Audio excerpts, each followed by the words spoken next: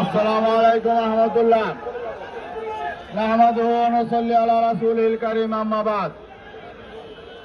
সংগ্রামী বন্ধুগণ, সাংবাদিক ভাইরা, 2024-এর জুলাই বিপ্লব এবং 5 আগস্টের অভ্যুত্থান পরবর্তী আমাদেরকে রাস্তায় নেমে আন্দোলন করতে হবে, দাবি আদায়ের জন্য সংগ্রাম করতে হবে।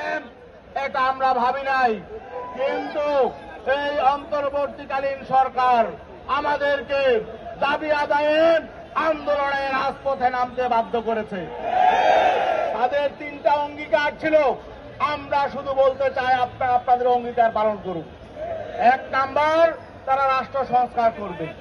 আর রাষ্ট্র সংস্কারের জন্য সংস্কার কমিশন হয়েছিল, ঐক্যমত্য কমিশন হয়েছে, জুলাই সনদ হয়েছে, জুলাই সনদ স্বাক্ষরিত হয়েছে। জুলাই সনদের বাস্তবায়ন আদেশের জন্য সকল রাজনৈতিক দলগুলো একমত হয়েছে, গণভোটের ব্যাপারে একমত হয়েছে। এখন গড়িমসি কিসের? আগামী 10 তারিখের মধ্যে জুলাই সনদের বাস্তবায়ন আদেশ না হলে ঢাকা শহর আমরা লোকারণ্য করে সমাবেশ করবো ইনশাল্লাহ। আর গণভোটের তারিখের মধ্যে ঘোষণা করতে হবে। নির্বাচনের সাথে গণভোট হবে না, একসাথে তফসিল হবে না, গণভোটের তফসিল আগে হবে। আর আমরা বলেছিলাম নভেম্বরের মধ্যে গণভোট দিতে, আপনারা গড়িমসি করে সময় যাপন করেছেন। এখন যদি নভেম্বরে দিতে না পারেন, যেদিনই দেন নির্বাচন আগে দিতে হবে। প্রয়োজনে নির্বাচন ফেব্রুয়ারিতে হবে না, আরো 2 মাস পরে হবে, কিন্তু গণভোট ছাড়া বাংলাদেশে নির্বাচন হবে না। গণভোট আগে হবে, রাষ্ট্র সংস্কার নিশ্চিত হবে, তারপরে নির্বাচন। রাষ্ট্র মেরামতের জন্য আমাদের সন্তানরা জীবন দিয়েছে, কৃষক শ্রমিকরা জীবন দিয়েছে, রক্ত ঝরেছে। অতএব এটা নিয়ে কোনো তাল বাহানা চলবে না। আমরা আন্দোলন মাত্র শুরু করেছি ঐক্যবদ্ধভাবে, আন্দোলন তীব্রতর হবে।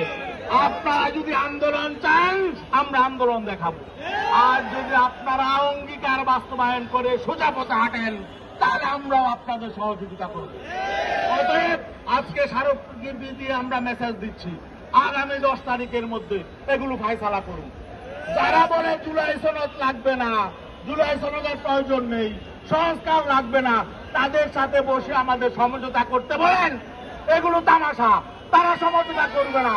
যারা সংস্কার চায় না, যারা অতীত কর্তৃত্ববাদী আবার ফিরিয়ে আনতে চায়, যারা রাষ্ট্রটাকে বিশ্বের বুকে 1 নম্বর দুর্নীতিগ্রস্ত করতে চায়, তাদের সাথে আমাদেরকে বসে সমঝোতার কথা বলবেন না। প্লিজ আপনারা সোজা পথে হাঁটুন। আর নয়তো যেই জনতা এত ফেসিবাদী মহাশক্তিকে হটিয়েছে, তারা কিন্তু নতুন সিদ্ধান্ত নেবে। ধন্যবাদ সবাইকে।